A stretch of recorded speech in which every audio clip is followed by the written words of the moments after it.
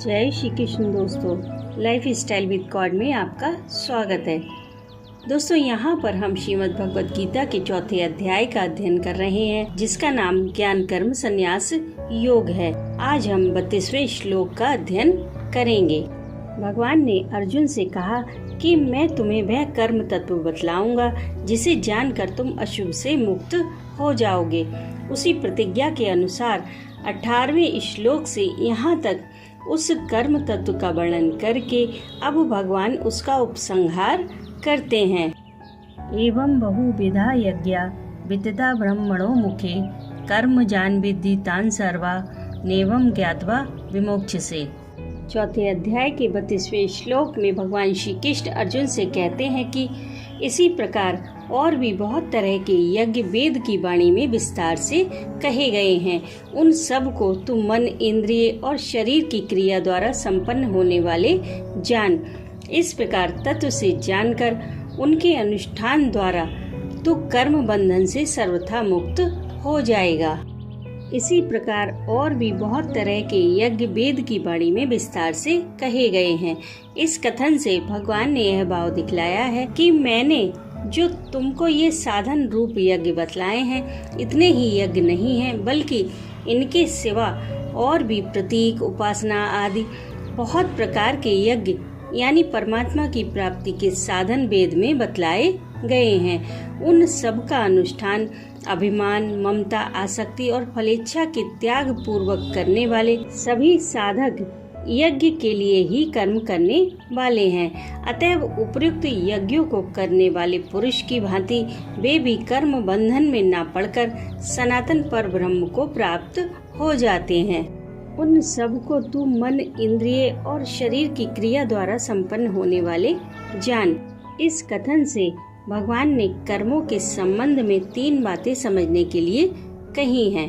पहली बात, यहाँ जिन साधन रूप यज्ञों का वर्णन किया गया है एवं इनके सिवा और भी जितने कर्तव्य कर्म रूप यज्ञ शास्त्रों में बतलाए गए हैं, वे सब मन, इंद्रिय और शरीर की क्रिया द्वारा ही होते हैं। उनमें से किसी का संबंध केवल मन से है, किसी का मन और इंद्रिय से, और किसी का मन, इंद्रिय और शरीर इन सब से है।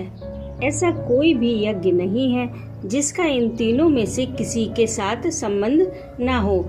इसलिए साधक को चाहिए कि जिस साधन में शरीर, इंद्रिय और प्राणों की क्रिया का या संकल्प, विकल्प आदि मन की क्रिया का त्याग किया जाता है, उस त्याग रूप साधन को भी कर्म ही समझे और उसे भी फल, कामना, आसक्ति तथा ममता से रहित होकर ही करे, नहीं तो वह भी बंधन का हेतु बन सकता है।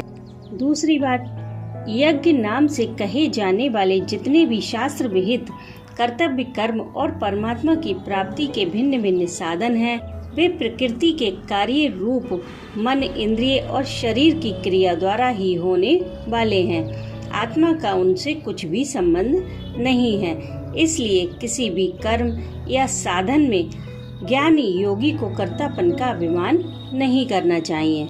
और तीसरी बात, मन, इंद्रिय और शरीर की चेष्टा रूप कर्मों के बिना परमात्मा की प्राप्ति या कर्म बंधन से मुक्ति नहीं हो सकती। कर्म बंधन से छूटने के जितने भी उपाय बतलाए गए हैं, वे सब मन, इंद्रिय और शरीर की क्रिया द्वारा ही सिद्ध होते हैं।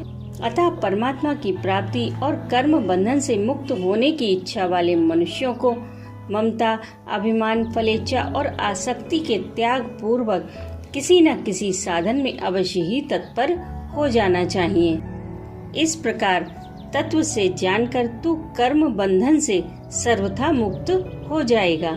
इस कथन से भगवान ने यह भाव दिखलाया है कि 18वें श्लोक से यहाँ तक मैंने जो तुमको कर्मों का तत्व बतलाया है, उसके अनुसार समस्त यज्ञों को उपयुक्त प्रकार से भली भांति तत्व से जानकर तुम कर्म बंधन से मुक्त हो जाओगे, क्योंकि इस तत्व को समझकर कर्म करने वाले पुरुष के कर्म बंधन कारक नहीं होते, बल्कि पूर्व संचित कर्मों का भी नाश करके मुक्तिदायक हो जाते हैं। राधे राधे।